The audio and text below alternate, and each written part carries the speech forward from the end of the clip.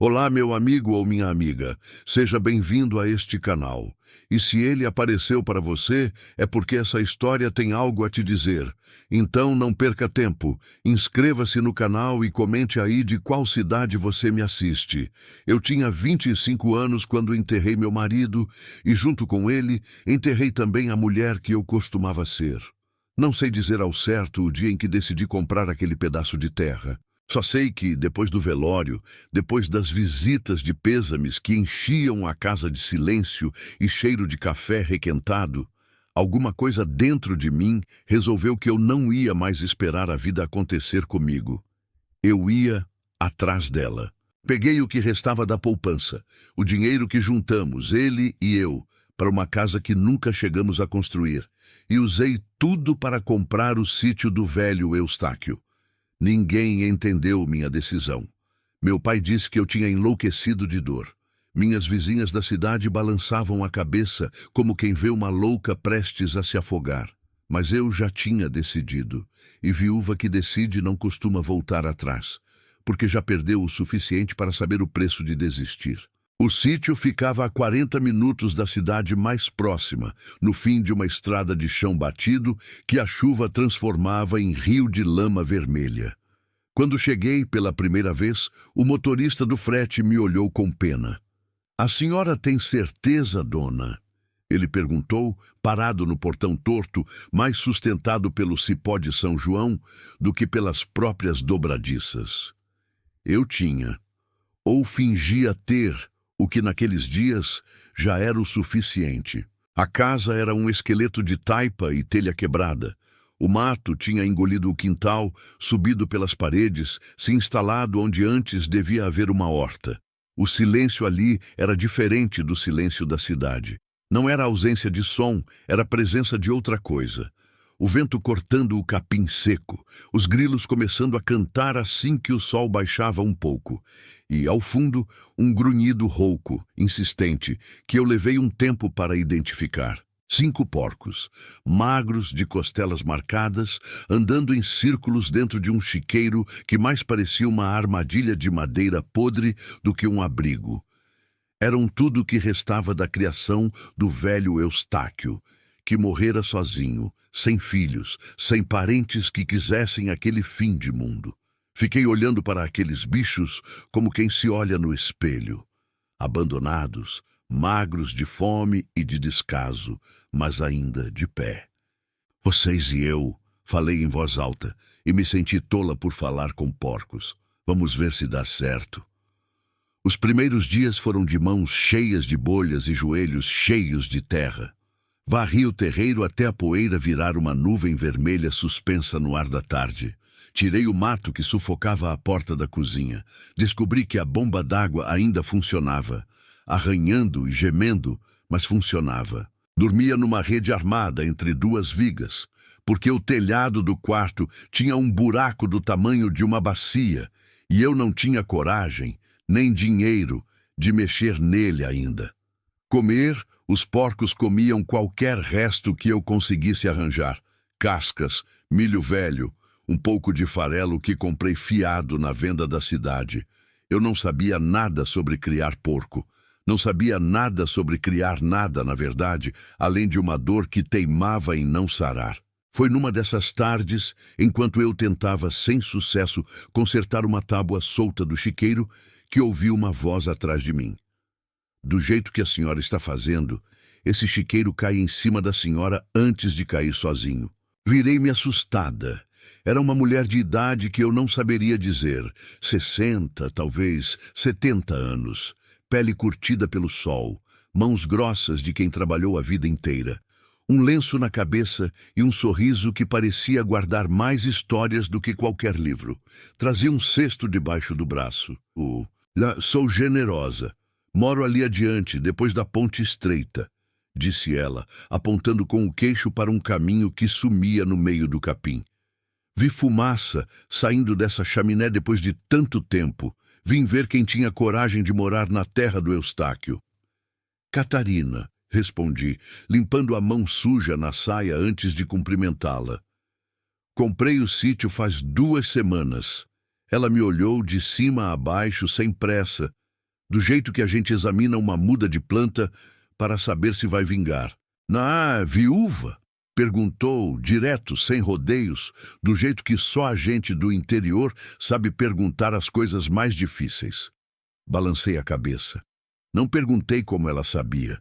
Havia talvez um jeito de andar, um peso nos ombros que denunciava minha história antes mesmo de eu abrir a boca.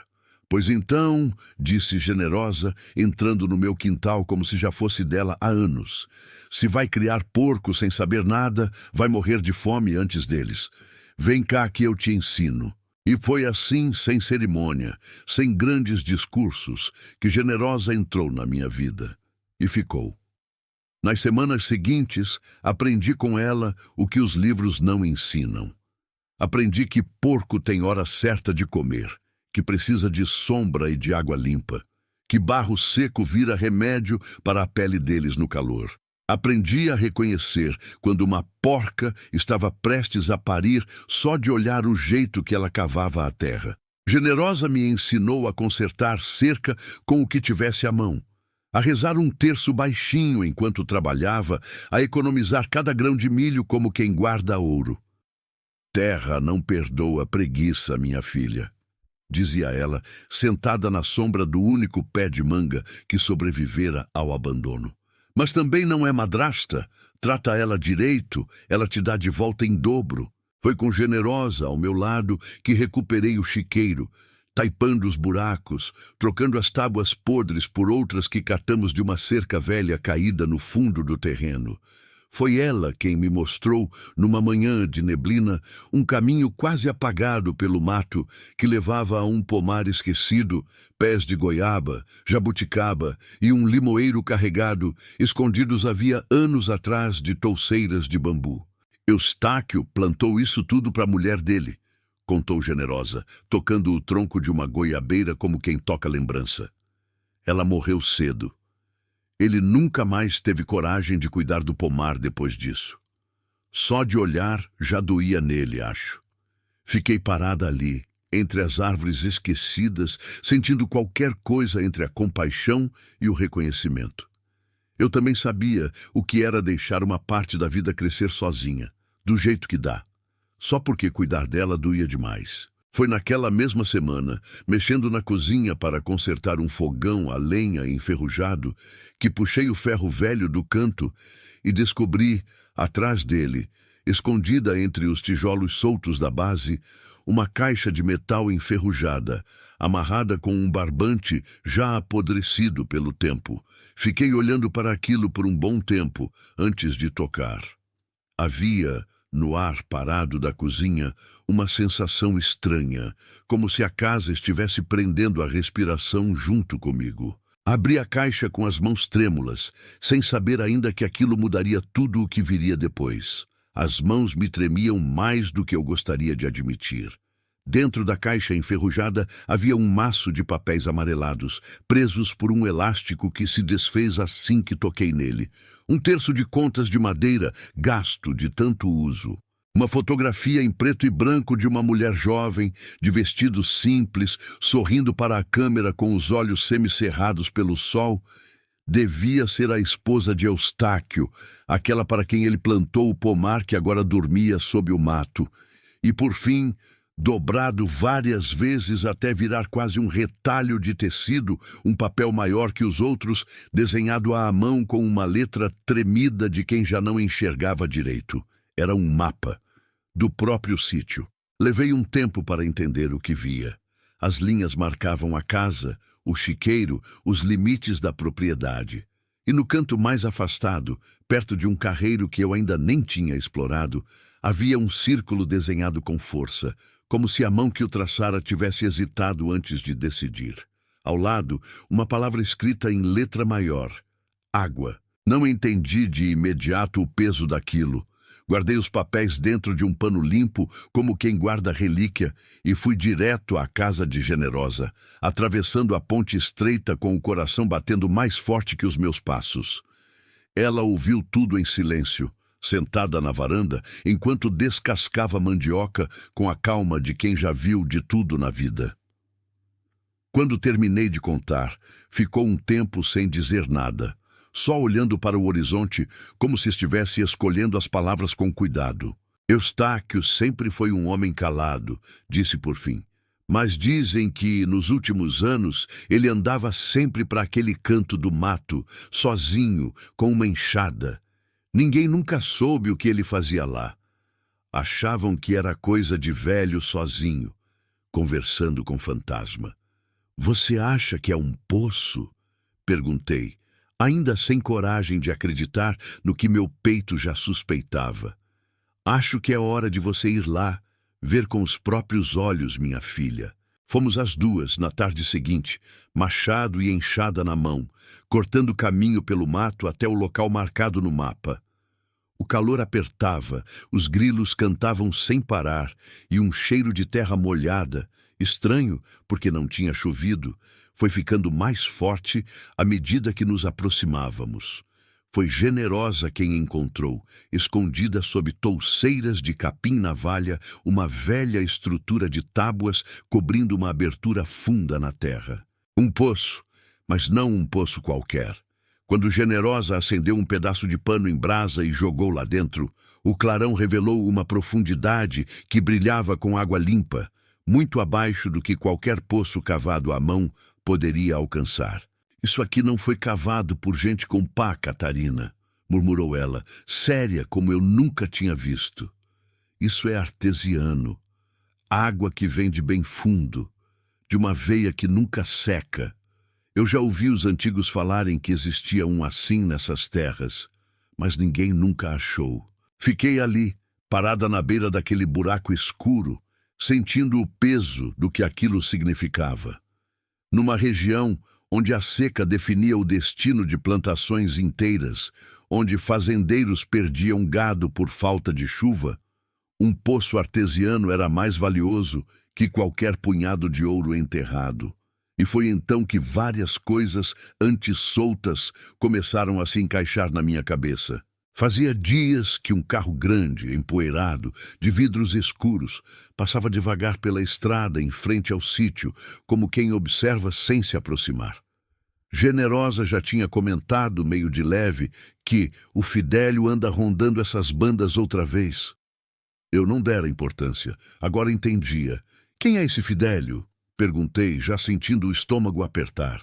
O fazendeiro mais rico da região, respondeu ela, cuspindo a palavra como quem cospe caroço amargo. Dono de terra que a vista não alcança. Tentou comprar esse sítio do Eustáquio um bocado de vezes antes dele morrer. O velho nunca quis vender, e ninguém nunca entendeu o motivo dele ser tão teimoso quanto a um poço desses debaixo do mato inteiro dele. Voltamos ao sítio em silêncio, cada uma carregando seu próprio peso de pensamentos. Naquela noite, não consegui dormir. Fiquei olhando o buraco no telhado, por onde entrava um pedaço de céu estrelado, pensando em Eustáquio, sozinho, guardando aquele segredo por anos, talvez com medo do que aconteceria se alguém descobrisse. Pensei na esposa dele, no pomar plantado e depois abandonado pela dor. Pensei em mim mesma, viúva, sozinha, dona de um segredo que eu nem sabia se tinha forças para carregar. Não demorou muito para o mundo bater à minha porta. Foi numa manhã de sábado, o sol ainda baixo, que ouvi o barulho de um motor forte parando em frente ao portão torto. Um homem alto, de chapéu de couro e bota engraxada, desceu de uma caminhonete reluzente, tão fora de lugar naquela estrada de terra quanto eu me sentia ainda dona daquele sítio.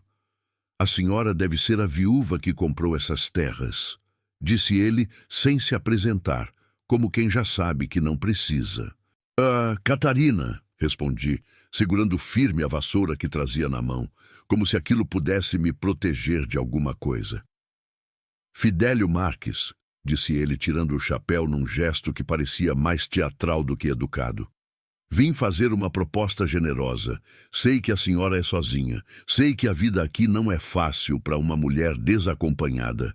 Compro esse sítio pelo dobro do que a senhora pagou.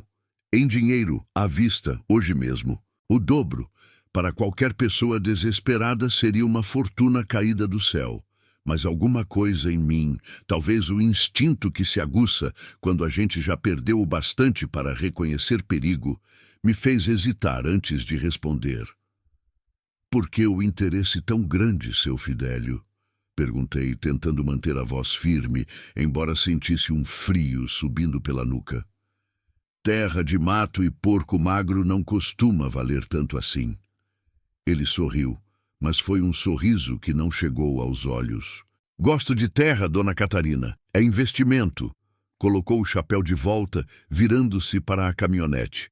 Pense com calma. Ofertas como essa não voltam 2 vezes, e terra que dá dor de cabeça para dona sozinha, às vezes, é melhor mesmo deixar ir. Fiquei olhando a poeira vermelha subir atrás da caminhonete que se afastava, sentindo o coração apertado. Não era proposta de compra o que aquele homem tinha acabado de fazer. Era aviso. Naquela noite, sentada na varanda ao lado de Generosa, com os papéis de Eustáquio guardados debaixo do colchão como um tesouro perigoso demais para ficar à mostra, entendi que a briga que estava começando seria muito maior do que eu tinha imaginado quando decidi recomeçar a vida naquele fim de mundo. E para piorar, foi exatamente na semana seguinte que meu pai reapareceu no portão do sítio, depois de meses de silêncio, com o rosto carregado e a intenção clara de me levar de volta para casa. Meu pai chegou numa tarde de céu claro, sem avisar, do jeito que sempre fez as coisas na vida, decidindo por mim antes de me perguntar qualquer coisa. Desceu do ônibus na cidade e pegou carona com o leiteiro até o portão do sítio, a camisa social amassada pela viagem, os sapatos cobertos da poeira vermelha que ele tanto desprezava. Catarina, minha filha, disse, abrindo os braços num gesto que, anos atrás, teria me feito correr para abraçá-lo. Agora fiquei parada onde estava, limpando as mãos sujas de ração no avental. Vim te buscar. Chega dessa loucura. Não é loucura, pai. É minha vida. Ele olhou ao redor, para a casa ainda com telha quebrada, para o chiqueiro remendado com tábuas de cores diferentes, para os porcos grunhindo ao longe e balançou a cabeça como quem vê uma tragédia se desenrolar diante dos olhos.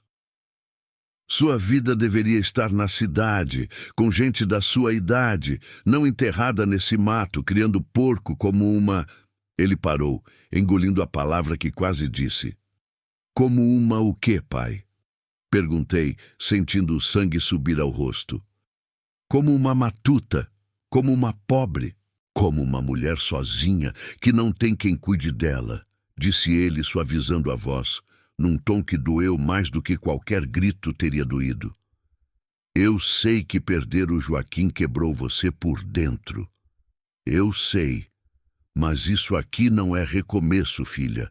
Isso é fuga. Fiquei em silêncio por um tempo, sentindo o vento quente balançar o capim ao redor, ouvindo os grilos que já começavam o canto da tarde.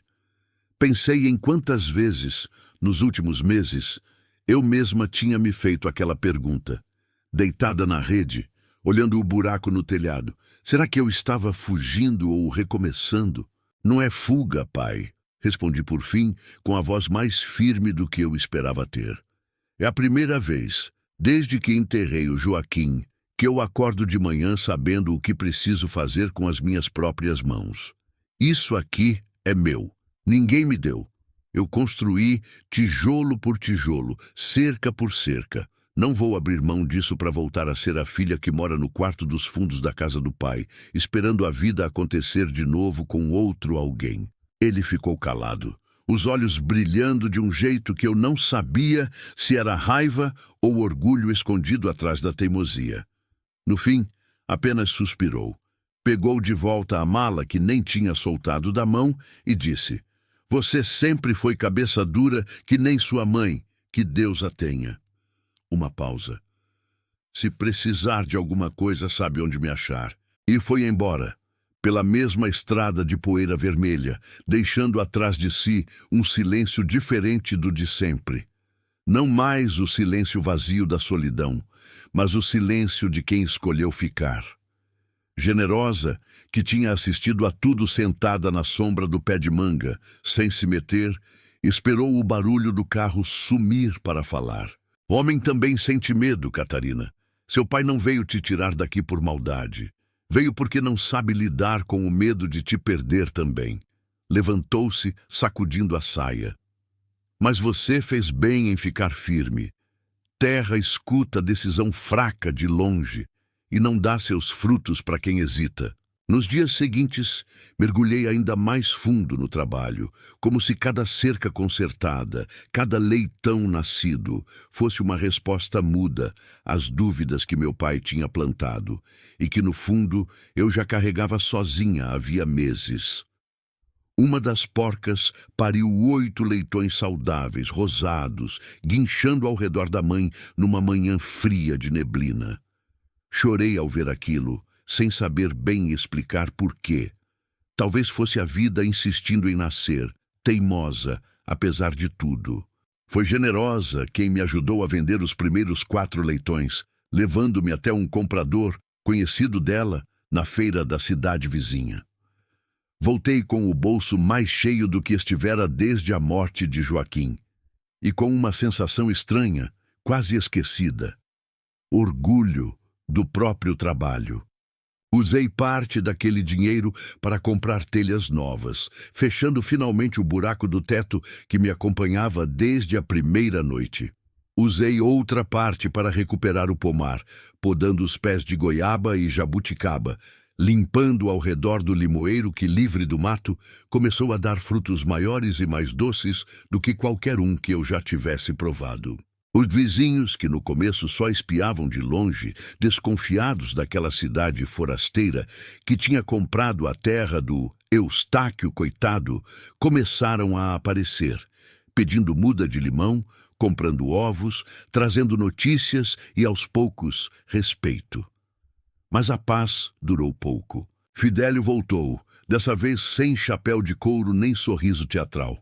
Trouxe consigo um homem magro, de terno mal ajustado, que se apresentou como advogado. Falaram de irregularidades no processo de compra, de documentação incompleta do antigo proprietário, de uma possível reintegração de posse que poderia me deixar sem nada, sítio, porcos, pomar, tudo, em questão de semanas. A senhora devia ter aceitado minha oferta enquanto era generosa, disse Fidélio, no fim da conversa, já de costas, caminhando de volta à caminhonete. Agora vai ser pela via difícil.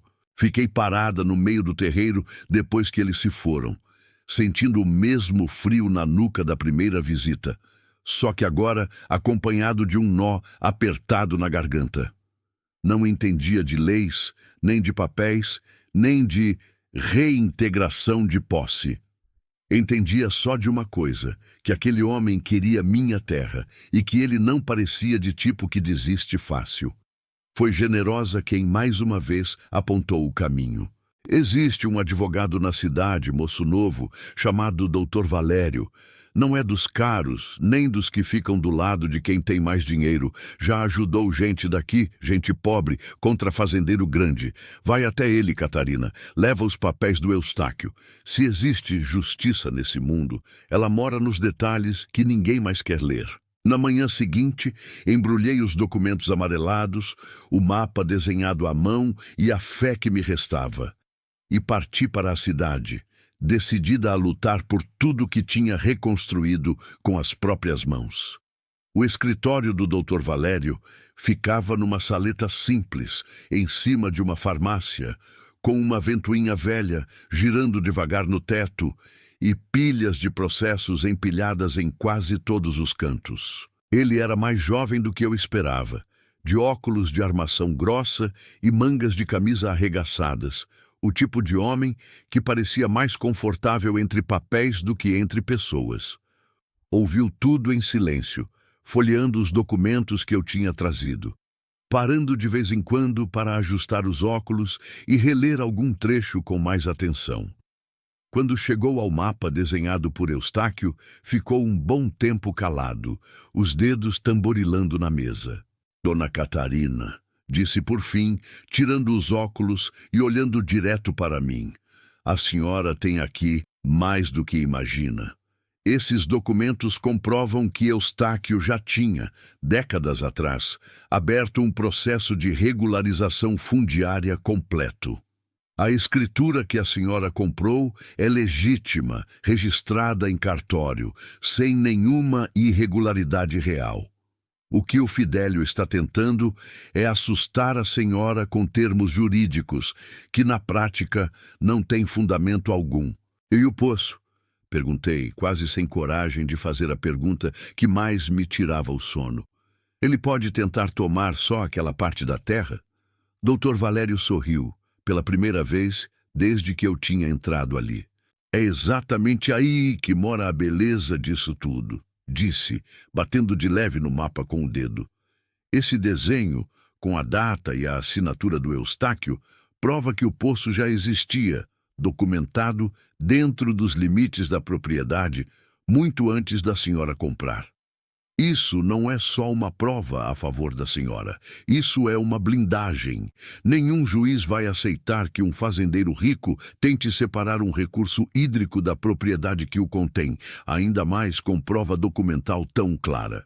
Saí daquele escritório com um peso diferente nos ombros. Não mais leve, porque a briga ainda estava só começando, mas mais firme, como quem finalmente enxerga o caminho em meio à neblina. Os meses seguintes foram de audiências, de esperas, em corredores de fórum com ventilador de tetos unindo, de cartas formais que eu mal entendia e que Dr. Valério pacientemente traduzia para mim em linguagem simples, sentado na minha própria varanda, tomando o café que eu insistia em oferecer como pagamento que o dinheiro não cobria. Fidélio não desistiu fácil. Tentou, por meio de terceiros, comprar a dívida de um antigo empréstimo que Eustáquio tinha deixado, na esperança de forçar uma penhora. Tentou alegar, sem provas, que os limites da propriedade estavam errados. Chegou a mandar um homem, uma noite, rondar a cerca perto do poço. Generosa, que dormia leve como toda mulher que já viveu sozinha demais, ouviu o barulho e espantou o intruso a golpes de vassoura e gritos que ecoaram pelo mato inteiro, virando depois história contada com orgulho pela vizinhança. Fazendeiro grande acha que dinheiro compra tudo, resmungou ela, no dia seguinte, ainda indignada. Mas não compra coragem de mulher que não tem mais nada a perder. Enquanto a disputa se arrastava, eu não deixei o sítio parar. Pelo contrário, trabalhei como nunca. Vendi mais uma leitegada inteira, dessa vez direto para um açougue da cidade, sem intermediário, negociando preço com uma firmeza que eu nem sabia que tinha dentro de mim. Reformei o chiqueiro por completo, dividindo em baias separadas do jeito que Generosa ensinou, para as porcas prenhas não brigarem com as outras. O pomar, finalmente livre do mato, começou a dar fruto em quantidade suficiente para eu vender geleia caseira na feira, embrulhada em pano, com um bilhete escrito à mão. Sítio Catarina, feito com as próprias mãos. Os vizinhos que antes só espiavam de longe começaram a aparecer com mais frequência, trazendo ajuda em troca de nada. Um homem consertou de graça o cano da bomba d'água. Uma mulher trouxe mudas de alface para eu plantar na horta que renasceu ao lado da cozinha. Aos poucos, entendi que respeito no interior não se pede. Se conquista, cerca por cerca, trabalho por trabalho, madrugada por madrugada. Foi numa dessas madrugadas, sentada na varanda com uma xícara de café esfriando nas mãos, que Generosa se sentou ao meu lado e falou num tom mais sério do que o de costume. Sabe o que eu vejo, Catarina? Vejo o Eustáquio de novo nessa terra. Ele também enterrou dor aqui, também achou no trabalho da terra um jeito de continuar respirando. Você não está só recomeçando a sua vida, minha filha. Você está dando um sentido novo para a vida dele também. Aquelas palavras ficaram comigo por dias, como semente plantada esperando chuva. A audiência final aconteceu numa manhã de céu limpo, quase sem nuvens, como se o próprio tempo tivesse decidido que era hora de clarear. Fidélio compareceu de terno escuro, o rosto fechado, ladeado por 2 advogados de cidade grande. Eu me sentei ao lado de Dr. Valério, com Generosa logo atrás, apertando meu ombro em silêncio. A juíza, uma mulher de meia idade, óculos finos e voz calma, revisou cada documento com atenção. A escritura registrada, o mapa desenhado por Eustáquio décadas atrás, os laudos técnicos que comprovavam a antiguidade e a localização exata do poço artesiano dentro dos limites da propriedade. Este tribunal, disse ela por fim, olhando por cima dos óculos primeiro para Fidélio, depois para mim, não encontra nenhuma irregularidade na compra realizada pela senhora Catarina. Muito pelo contrário. Encontra fartas evidências de que o antigo proprietário já reconhecia e documentava formalmente a existência do recurso hídrico em questão, décadas antes de qualquer interesse manifestado pela parte requerente. Fez uma pausa, folheando mais um documento antes de continuar. Julgo totalmente improcedente o pedido de reintegração de posse. E determino que o poço artesiano identificado permaneça, em definitivo, sob a propriedade e proteção legal da senhora Catarina, vedada qualquer tentativa futura de apropriação por parte de terceiros. O silêncio que se seguiu durou apenas 1 segundo, mas pareceu durar 1 ano inteiro. Senti as mãos tremerem, dessa vez não de medo, mas de um alívio tão grande que quase doía. Generosa apertou meu ombro com mais força, e eu ouvi, atrás de mim, um suspiro que parecia carregar meses de tensão acumulada. Fidélio se levantou sem dizer palavra, ajeitou o paletó e saiu da sala sem olhar para trás. Um homem acostumado a vencer, aprendendo, talvez pela primeira vez em muito tempo, o gosto amargo de uma derrota que o dinheiro não conseguiu comprar. Voltei para o sítio naquela tarde com o coração mais leve do que estivera desde o dia em que enterrei Joaquim. A estrada de chão batido, a mesma que um dia me pareceu o fim do mundo, agora parecia apenas o caminho de casa. A poeira vermelha, subindo atrás do carro de Dr. Valério, que insistiu em me trazer pessoalmente, já não me causava aquele aperto no peito. Era só poeira, era só estrada, era só o caminho de volta para o que era meu. Generosa preparou um jantar simples naquela noite. Galinha caipira, arroz, farofa de banana, um bolo de fubá ainda quente, e chamou alguns vizinhos, sem que eu soubesse, para comemorar.